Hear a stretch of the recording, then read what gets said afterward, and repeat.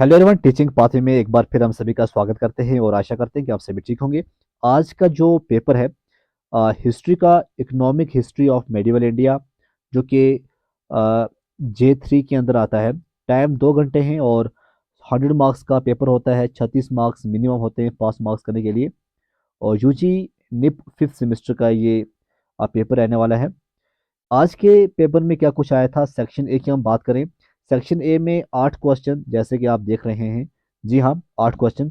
अब किस तरह से क्वेश्चन आए थे आपको बताएंगे हम। पहला क्वेश्चन आया था, mention any two types of taxes impose during the Delhi sultanate. कौन से दो टैक्स थे? तो पहला आता है, आपने पढ़ा होगा, खैरज, जो कि लैंड रेवेन्यू सिस्टम के अंदर आता है टैक्स। और दूसरा आता था जेजिया, जो कि tax on non Muslim. Introduce the term pagoda. Term क्या होता है? इसका मतलब होता है refers to a gold coin, जो कि यूज होता था साउथ इंडिया में during medieval time. Who was Todarmal कौन था? तो ये था, आप समझ सकते हो, ये फाइनेंस मिनिस्टर था under Akbar. Who were called raiyat in the Mughal agrarian structure.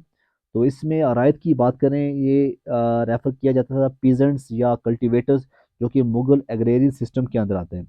Right briefly about the role of karkhanas in the Mughal economy. इसका क्या था?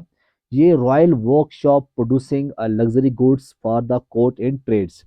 What role did शहनाज play in the economic administration of the Delhi sultanate? तो इसका क्या आंसर आएगा? देखो, अगर हम बात करें, शहनाज ये ऑफिशियल सुपरवाइज करते थे मार्केट को, वहाँ चेक करते थे वेट्स, मेजर्स और trade activities. Define the term हुंडी। हुंडी का मतलब क्या है?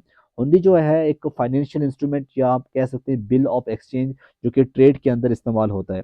नेम एनी टू की trading commodities of Mughal India. तो वहाँ पे आपको पता ही है, सबसे ज़्यादा स्पाइसेस था, टेक्सटाइल में कॉटन एंड सिल्क था।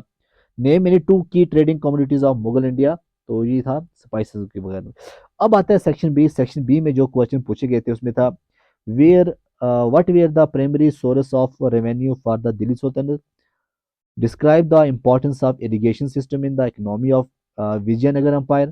What role did the Mughal Empire play in encouraging agriculture expansions? या आप कह सकते हैं, या कर सकते हैं, analysis relation between agrarian production and revenue collection in the Mughal Empire. Discuss the main feature of craft production in medieval India. Describe the economic and social structure of medieval India towns. Highlight the role of Mughal and India international maritime trade during 17th century, या फिर आप describe the role of sarais in facilitating trade during the Mughal era. तो ये थे 10 marks के 40 marks.